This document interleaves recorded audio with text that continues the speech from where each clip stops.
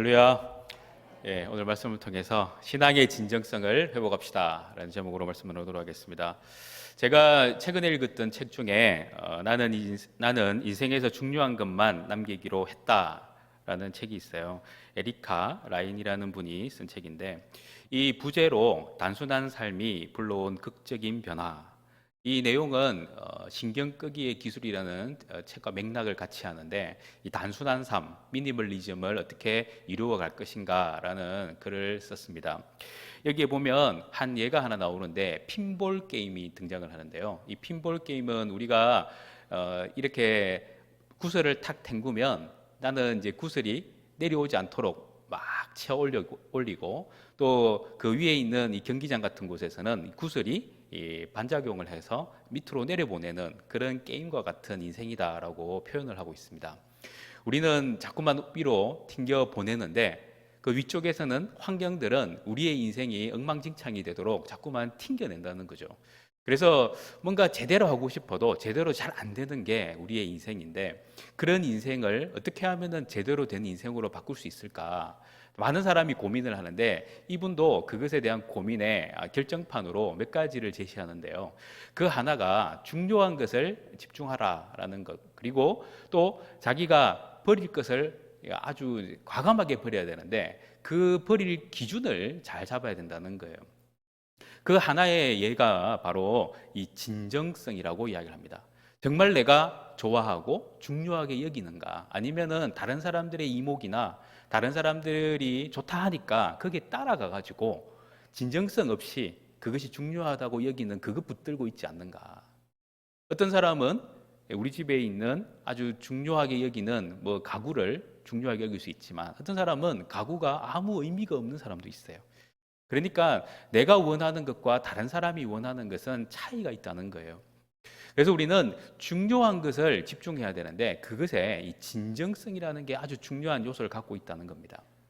모든 관계나 또 모든 시간이나 환경에도 다 그것이 적용이 돼요.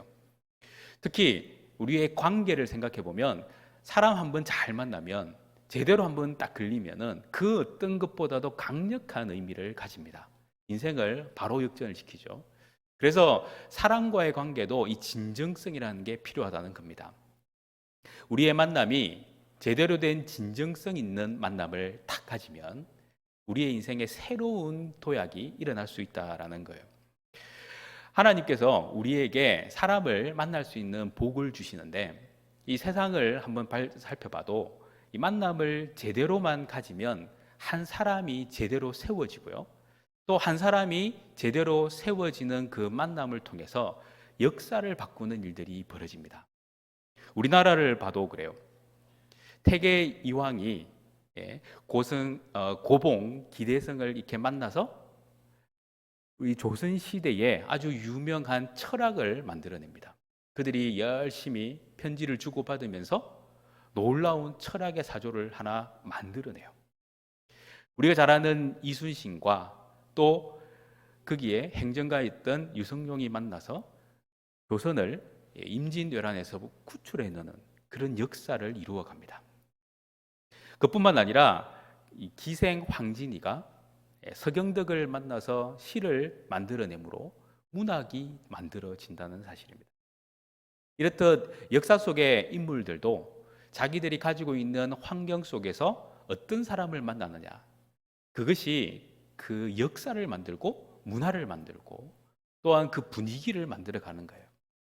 그렇다면 오늘 저와 여러분들의 인생에서 나는 과연 어떤 사람을 만나서 어떤 역사를 만들어낼 것인가? 하나님은 오늘도 우리를 이곳에 부른 이유가 있다면 새로운 역사를 쓰기 위함이 아닌가 생각을 해봅니다. 여러분들, 모세를 한번 생각해 보면 모세의 강력한 기적 중에 하나가 바로 홍해를 가르는 기적입니다. 그것은 전무후무한 기적입니다. 그런데 이 전무후무한 홍해를 가르는 기적 이전에 모세가 아무것도 할 수 없는 빈들에서 목자의 삶을 살아가는 그 순간, 하나님은 그를 부르셔서 불타는 뜰기나무 앞에 세웠어요. 그리고 그를 만나셔서 그의 인생의 역전을 이루어냅니다. 이런 사실을 볼 때 하나님이 우리를 만나는 그 놀라운 사실, 그 기적이 어떻게 보면 홍해를 가르는 그 기적보다 더 중요하다는 거예요. 왜냐하면 만남의 기적이 있었을 때 홍해가 갈라지는 거거든요. 사도 바울이 아무리 자기의 능력이 다른 사람보다 출중해도 예수님을 만나지 못했을 때는 도리어 하나님의 적이 되었습니다. 그러나 예수님을 만나고 나서 그의 인생은 바뀌었어요. 그가 가지고 있는 지식이 성경에 녹아지고 그가 가지고 있는 영적인 경험이 성경에 녹아져서 이제 그는 성경을 기록하는 인생으로 바뀌어버린 거죠.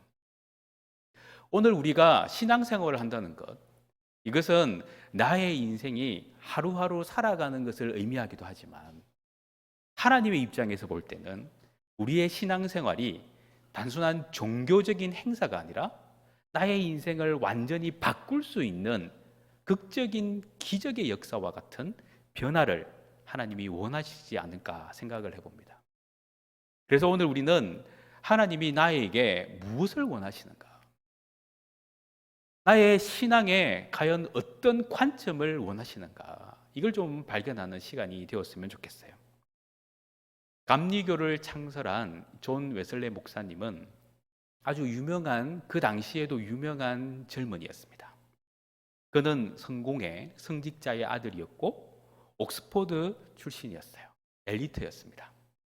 그는 선교의 비전을 가지고 미국을 향해 그리고 이 인디안들을 선교하기 위해서 배에 올랐습니다. 폭풍우가 내리치는 그 배 안에서 그는 굉장히 두려움에 떨었어요. 내가 이렇게 젊은데 이 폭풍우 때문에 목숨을 잃으면 무슨 의미가 있을까? 그런데 배 한켠에서 기도를 하면서 아무렇지 않은 듯 정말 너무 밝은 모습으로 평화를 누리고 있는 사람들을 만났습니다. 그들에게 물었습니다. 당신들은 불안하지 않습니까? 그때 그들은 예수님을 믿는데 왜 불안해요? 예수님이 우리와 함께 하시잖아요. 그 말을 들었던 웨슬레가 마음에 충격이 왔어요. 그러나 아직도 그의 마음속에는 두려움이 사라지지 않았어요. 미국에 도착해서 인디안들을 선교하면서 2년의 세월을 보냈습니다.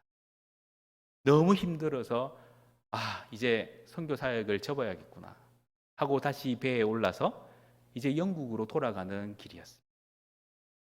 또다시 풍랑에 배는 흔들리고 자초될 위기에 왔어요. 그때 또다시 밀려오는 것은 불안이었어요. 과연 이 풍랑에서 누가 나를 건져내 줄 수 있을까? 지난 2년 동안 인디안들에게 그렇게 외쳤던 구원의 복음이 자기에게는 아무 상관이 없는 거예요. 그때 그의 마음속에 충격으로 다가왔던 나를 구원할 자가 누굴까? 그래서 영국에 도착하자마자 그는 모라비안 교도들이 하는 기도회에 참석하게 됩니다. 예전에 내가 미국으로 갔을 때에 모라비안 교도들이 기도했던 그 모습을 기억하면서 그곳을 참석했는데 그때 하나님의 역사가 임합니다. 그리고 그의 마음속에 불덩이가 임하기 시작하고요. 이전의 삶을 다 돌이키고 다시금 믿음을 가지고 선교사에게 뛰어들게 되어서 그는 12,800km의 선교 여행을 떠나고 그리고 1,000번의 설교를 하는 설교가로 나아가게 됩니다. 이 모습을 볼 때 이 존 웨슬레가 결국 예수님을 만나고 하나님을 만나니까 그의 인생이 새롭게 정리가 되고 새로운 인생으로 바뀌었다는 겁니다. 우리가 신앙생활을 하다 보면 항상 경험하는 부분이 뭐냐면 내가 신앙생활 지금 무엇으로 하고 있느냐라는 것에 대한 의문점이 생깁니다. 과연 내가 이 신앙을 하는데 이 신앙이 내 열정일까? 아니면은 내가 그냥 교회 다니니까 멤버십으로 이 정도는 해야 되지 않을까 하는 그 마음일까? 아니면 내가 직분을 받았는데 이 직분 때문일까? 아니면 지금까지 내가 교회 다닌 횟수가 이만큼 되는데 이거 아깝잖아. 내가 이만큼 헌금했는데 아깝잖아 이거. 그래서 내 신앙을 이렇게 만들어가고 있지 않는가라는 거. 우리가 오늘 말씀에 등장하는 인물이 야곱인데요. 이 야곱의 인생을 한번 생각해 보세요. 야곱은 태어날 때 쌍둥이로 태어났어요. 태어날 때 형이 먼저 나가는 것을 뭐 어떻게 생각했는지 모르지만 그 발목을 붙잡고 나온 인생이었어요. 굉장히 영적인 의미가 있죠. 그래서 그는 발꿈치를 잡은 자, 속이는 자의 의미에서 야곱이라는 이름을 받게 됩니다. 그런데 그 야곱이라는 이름이 결코 그의 인생을 떠나지 않고 계속 그런 인생으로 붙들게 되었어요. 결국 아버지의 축복을 쟁취하기 위해서 장자의 명분을 형으로부터 팥죽 한 그릇에 사게 되고 또 형을 그리고 아버지를 속여서 장자의 축복을 받게 됩니다. 결국 그는 받을 거 다 받았지만 그의 목숨의 위태로움이 생기기 시작하죠. 형에서는 야곱을 죽이기 위해서 달려들고요. 또 그 위협을 견디기 위해서 외삼촌 라반의 집으로 도망을 가는 과정이 바로 오늘 말씀에 등장을 합니다. 그런데 왜 이런 일이 생길까? 분명히 아브라함은 믿음의 조상으로서 믿음으로 아이를 낳았어요. 그가 바로 이삭입니다. 그리고 믿음으로 며느리를 얻었어요. 그가 리브가입니다. 분명히 이삭과 리브가는 믿음으로 결혼을 하고 믿음으로 가정을 이루었어요. 그런데 이상하게 한 놈은 하나님을 저버리는 에서가 되고 한 놈은 하나님을 별로 중요시 여기지 않고 자기 것만 챙기는 야곱이 되었어요. 이삭의 가정은 그들을 신앙인으로 키운 게 아니라 종교인으로 키운 거예요.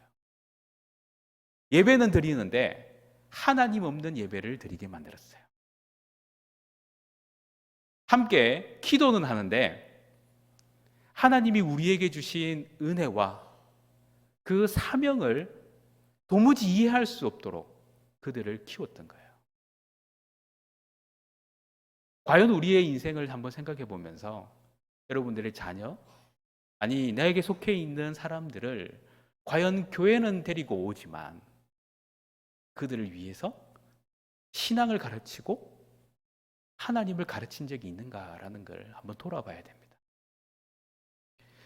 하나님은 이 야곱을 그냥 내버려 두시지 않으셨어요. 이제 야곱은 두려움에 사로잡혀 있습니다. 혹 에서가 나를 쫓아와서 나를 잡아 죽일 수도 있어. 어떻게 할까? 그러면서 조금 더 멀리 가야지, 조금 더 멀리 가야지 하다가 결국 루스라는 곳에 당도하게 됩니다. 너무 피곤한 나머지 이제 노천에서 잠을 청하게 되죠. 그런데 놀라운 일이 벌어집니다. 하늘의 문이 열리고 사다리가 등장을 하고 천사가 오르락 내리락 하는 놀라운 광경을 경험하게 됩니다. 여기서 하나님의 음성을 듣게 되죠. 결국 그는 하나님으로부터 오는 위로와 용기를 경험하면서 이제 인생의 새로운 역전이 시작되게 됩니다. 왜 그러느냐? 하나님이 그에게 약속을 주셨거든요. 아브라함과 이삭을 통해서 주신 그 약속과 같이 그의 인생에도 약속으로 함께 하셨다라는 사실이었어요. 그 약속은 내가 너와 함께 하겠다라는 약속이었고요. 내가 너를 떠나지 않는데 내게 허락한 것을 이루기까지 떠나지 않겠다라는 놀라운 약속을 허락해 주셨어요. 그는 지금까지 항상 혼자였어요. 나의 인생 가운데에 내가 뭔가를 쟁취하지 않고 취하지 않으면 나의 인생은 아무것도 아니야. 나의 인생을 보장해 줄 수 있는 사람은 아무도 없어. 그래서 형을 등쳐먹더라도 어쨌든 장자의 축복은 내가 가져야 돼. 아버지가 축복해 주는 그 축복은 내가 가져야 돼. 그 마음이 떠나지 않았어요. 그래서 그는 열심히 그것을 위해서 추구했어요. 근데 남은 것은 뭡니까? 형과 원수가 되고 목숨의 위기 가운데 오는 고통, 고난을 겪게 되었다는 거예요. 하나님은 그때까지 그를 내버려 두셨어요. 왜냐하면 너무 그가 강하기 때문에 그래요. 그의 욕심이 너무 강하고 그의 마음에 진정성이라고는 찾아볼 수가 없는 그런 모습이었기 때문에 그래요. 이제 아무것도 할 수 없어서 하나님께 아무것도 할 수 없는 자로 그냥 빈들에서 노천에서 잠을 청하는 그 순간 하나님은 그에게 나타나셨어요. 이게 바로 하나님이 우리와 함께 하심의 은혜다라는 사실입니다. 우리의 진정성에, 신앙의 진정성에 그 첫 번째가 해당하는 게 뭐냐? 그것은 하나님을 만나는 겁니다. 근데 정말 안타까운 것은 뭐냐면 이 하나님을 만나게 하는 것은 다른 사람이 해줄 수 있는 게 아니에요. 정말 그 다른 사람을 하나님 만나게 해주려고 돈을 투자해도, 그죠? 그의 소원을 들어주어도 안 돼요. 이것은 오직 그가 혼자서 하나님을 독대해야만 만날 수가 있어요. 이게 어려움이에요. 이게 신앙의 어려움이에요. 그러나 분명한 것은 하나가 있어요. 하나님은 그가 모든 걸 내려놓을 때 만나주세요. 그게 안 되면 모든 걸 내려놓게 만들어서 만나주신다는 겁니다. 바로 야곱처럼, 요셉처럼, 그리고 바울처럼, 아브라함도 마찬가지고요. 그래서 우리는 하나님을 만나고 독대할 수 있는 1대1로 하나님을 경험할 수 있는 인격적인 만남, 그것이 내 인생에서 가장 중요한 만남이라는 것을 기억하고 그 만남을 꼭 하도록, 아니 그 만남이 아직 없다면 그 만남이 꼭 있기를 바라는 간절함이 있을 때에 그것이 제대로 된 신앙이 된다라는 사실입니다. 우리가 지금까지 신앙생활을 하면서 왔어요. 그러나 우리가 지금까지 신앙생활을 했다고 그것이 신앙생활이냐라고 묻는다면, 하나님을 만나지 못했다면 그것은 신앙생활이 아닙니다. 그것은 꼭 야곱이 자기 스스로 뭔가를 이루어 가려고 애를 썼던 루스 그곳의 이전의 모습과 같다는 거예요. 결국 야곱은 하나님을 만남으로 우리 하나님이, 아버지의 하나님, 할아버지의 하나님이 바로 나의 하나님이고, 이 하나님이 지금 이곳에서 나를 만나 주셨구나. 그래서 내가 제대로 되게 다시 돌아올 때 이곳에 하나님이 거하실 집을 짓겠다라고 결정하면서 이름을 베델이라는 이름을 그곳에 두게 됩니다. 이 생각을 보면 이 야곱의 생각은 이런 생각이 있는 것 같아요. 아버지가 불렀던 그 하나님, 할아버지가 불렀던 그 하나님은 우리 가족의 하나님이다라는 생각이에요. 결국 이 하나님은 우리 할아버지가, 아버지가 살고 있는 그곳에만 역사하는 하나님. 내가 외삼촌 라반의 집에 갈 때에, 그 하란 땅에 갈 때 그 하나님은 나에게 아무 영향을 끼칠 수 없는, 그 하나님과는 나와 아무 상관이 없는 인생이 되어버렸다라는 생각이 있었던 것 같아요. 사실 그 당시에는 지방신 개념이 있죠. 그래서 이 지역에는 A라는 신이, B라는 지역에는 B라는 신이 그곳을 다스리고 그곳에 영향력을 준다고 생각했어요. 아마 야곱의 생각도 그 정도의 수준이 아닐까라고 생각해 봅니다. 그런데 분명히 내가 살고 있는 집을 떠나서 형의 칼을 피해서 여기까지 왔는데, 여기에 하나님이 계시네. 나는 찾지도 못하고 하나님은 여기 없을 거라고 생각하고 여기까지 왔는데, 아니 하나님이 나를 찾아오셔서 이곳에 내가 너와 함께 하겠다 약속하시네. 우와, 하나님은 놀라운 하나님이야. 나의 할아버지 하나님, 나의 아버지 하나님이 그냥 그곳에 계시는 그 하나님이 아니라 어느 곳에서나 나와 함께 하시네. 이것을 이제야 깨달았다는 사실이에요. 오늘 우리의 신앙도 마찬가지가 아닐까 생각을 해봅니다. 성경에 나오는 많은 하나님을 우리는 배웠습니다. 날마다 TV만 틀면은 그런 하나님을 설명해 주는 많은 설교들이 쏟아져 나오고 있어요. 근데 그것은 그 목사님의 하나님이고, 근데 그것은 성경 속의 하나님이고, 나와는 아무 상관없는 하나님으로 경험되고 있어요. 그래서 우리는 머리로의 신앙을 하고 있는 거죠.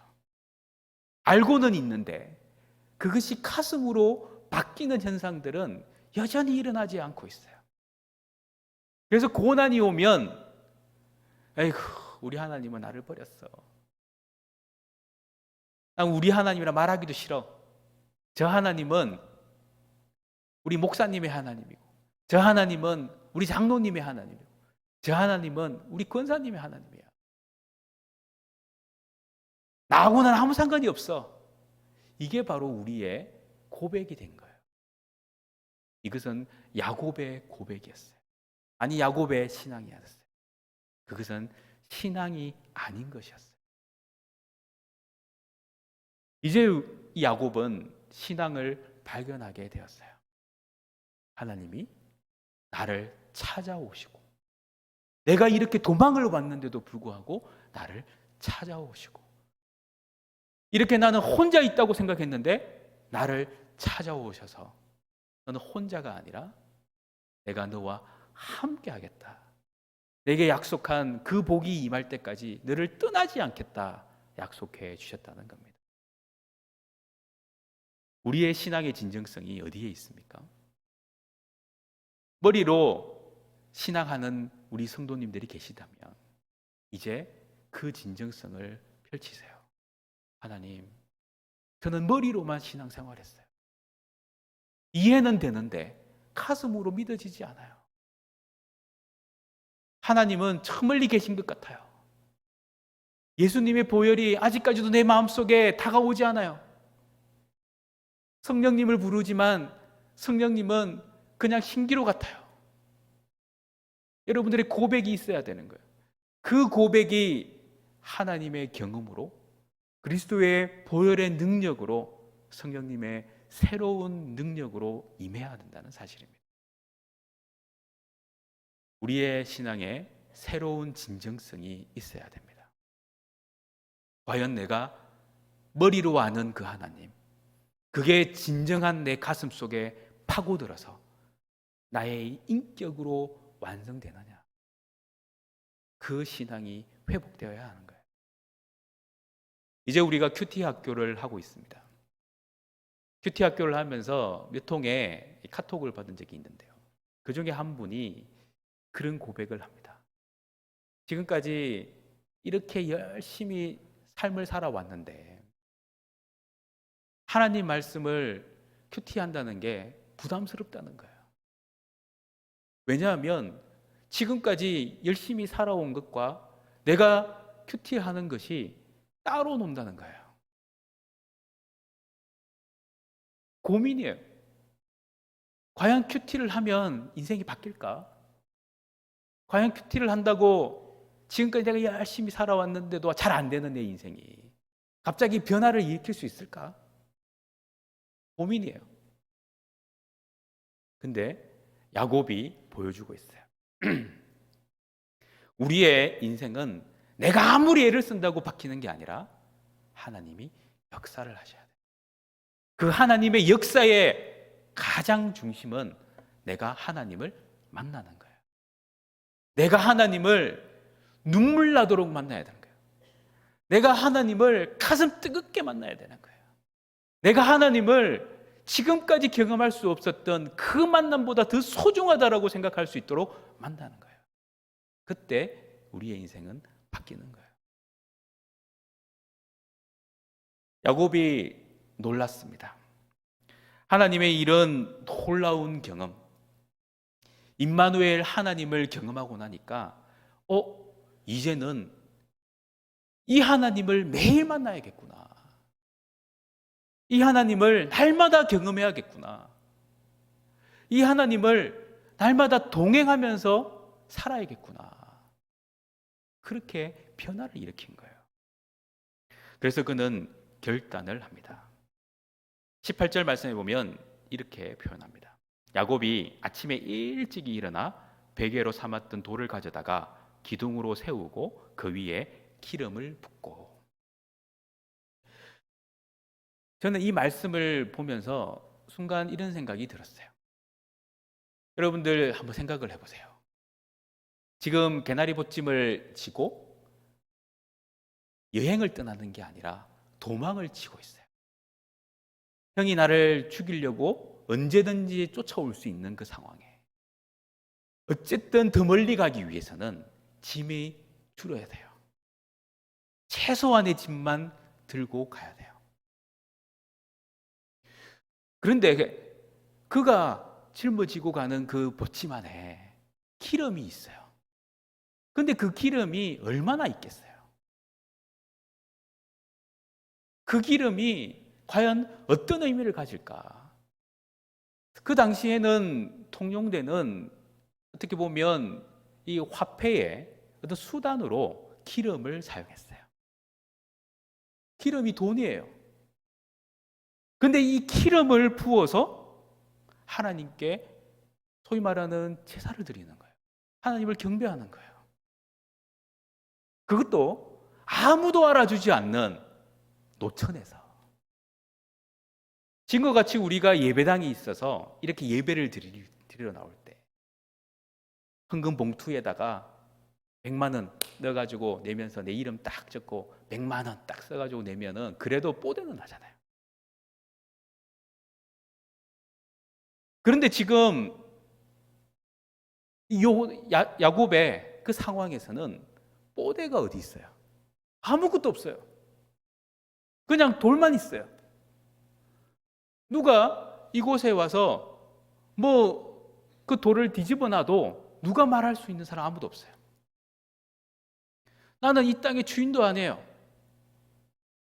그냥 그곳은 내가 잠을 잤던 곳이고 그곳에서 나는 하나님을 만났다라는 강력한 은혜만 있어요. 근데 그곳에 그는 그가 가진 모든 것을 쏟아부었어요. 기름을 쏟아부었어요. 이게 바로 야곱의 결단이었어요. 내가 이것을 기념하면서 하나님이 나와 언제나 함께 하신다는 것을 내가 꼭 기억하리라. 내가 가지고 있는 돈 아무도 알아보지 않는데 오직 하나님과 나만 알아보는 이곳에 내가 쏟아부으리라. 쏟아붓고 그의 인생이 어떻게 됐습니까?